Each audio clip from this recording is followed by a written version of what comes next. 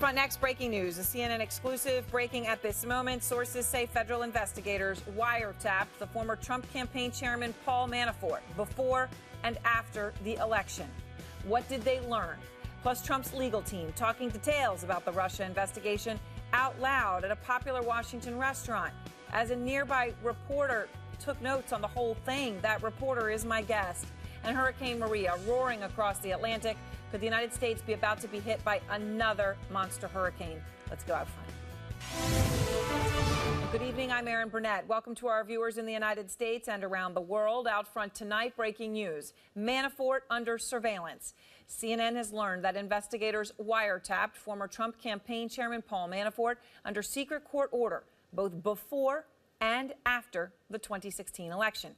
And that surveillance continued into this year, including a period when Manafort wasn't working for the campaign, but was known to talk with President Donald Trump.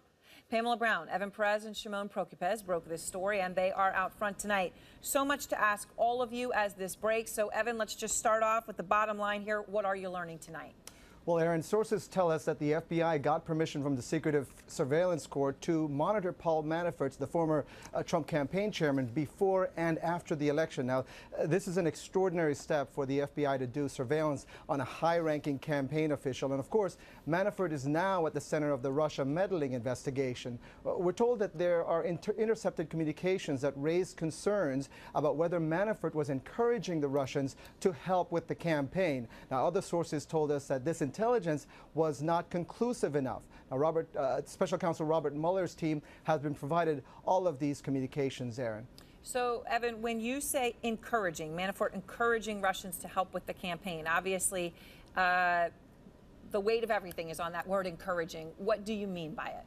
Right. There's a lot we don't know about exactly what was said. And by the way, this is beyond just wiretaps. It's also surveillance of all kinds, including searches that the FBI is authorized to do. But we're told that the FBI has communications between suspected Russian operatives relaying what they claimed were discussions with Manafort, as well as communications involving Manafort. None of this has amounted to what people consider a smoking gun in this investigation. There's still more work being done to determine whether there's a criminal violation here. We didn't get a comment from Paul Manafort's spokesman, but Manafort has previously denied that he ever knowingly communicated with Russian intelligence operatives during the election. He's also denied helping Russia undermine the U.S. interests, Aaron. So, Pamela, you're reporting here that Paul Manafort has been monitored not once, but twice. That's right, Aaron. So our team is told that the secret order began after Manafort became the subject of an FBI investigation in 2014. We previously reported that centered on work done by a group of Washington consulting firms for Ukraine's former ruling party, our sources say. And the surveillance was discontinued at some point last year for lack of evidence, according to one of the sources. And then the FBI restarted the surveillance after obtaining a new FISA warrant that extended at least into early this year.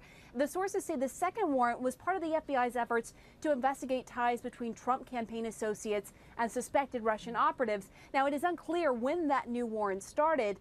And as part of the FISA warrant, we've learned, Aaron, that earlier this year, the FBI conducted a search of a storage facility belonging to Paul Manafort. And as you'll recall, this past July, under Robert Mueller's direction, the FBI raided his home in Virginia. Now, of course, we knew that, but as part of what you're breaking tonight, that raid of the storage facility, obviously new information. We didn't know we had a storage facility until this hour, and we didn't know that they had raided it. So that's also very significant. Shimon, do you know, though, whether President Trump spoke to Manafort while he was under surveillance? That, of course, could be crucial here as well.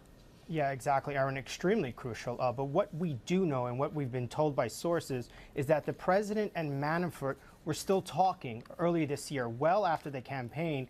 And it is a time that we've learned the FBI was listening to Manafort's phone calls. So it is possible that those phone conversations were collected during that surveillance as they were listening to them. So that we don't have a specific answer for, but it is possible, Erin. All right, which is a crucial point. And of course, the president had said vocally again and again that he was wiretapped and that he meant that to mean not just phones, but all kinds of surveillance. Was he right?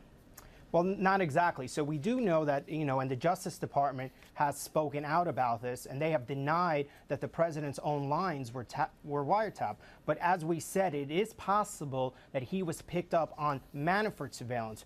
We should know that Manafort does have a residence in Trump Tower, but it is not clear if the FBI did surveillance on Manafort at Trump Tower. Aaron. So Pam, what does this mean, all of this, for the Mueller investigation? As you and Evan point out, he now is in possession of whatever came from this wiretap.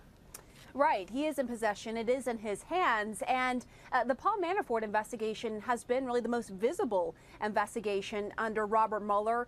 The special counsel started in May. And we know that there was a raid on his storage facility before Robert Mueller took over. But then you have that raid this past July. It's unclear if those stemmed from any of the intelligence that was gathered under the FISA warrant. But it is clear that investigators are still very interested into Paul Manafort under the direction of Robert Mueller, Aaron. And Evan, a couple questions here. One, obviously, Manafort for some time with all of this focus, I'm sure, has been careful in what he says and how he communicates. But do you know if this surveillance is still ongoing in any way? And what is the significance that they were able to get this crucial FISA warrant to do it? Well, we don't know exactly when the timeline of this surveillance, whether it has ended, whether it is continuing to this day.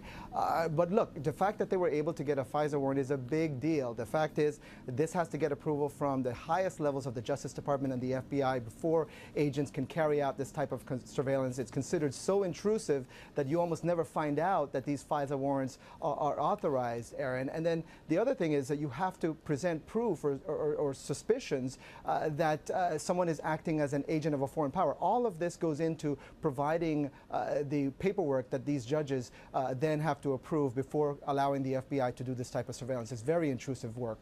Very intrusive work, and obviously very not easy to get, really hard to get, as you all point out. All right, thank you so much, Shimon, Evan, Pamela, and out front.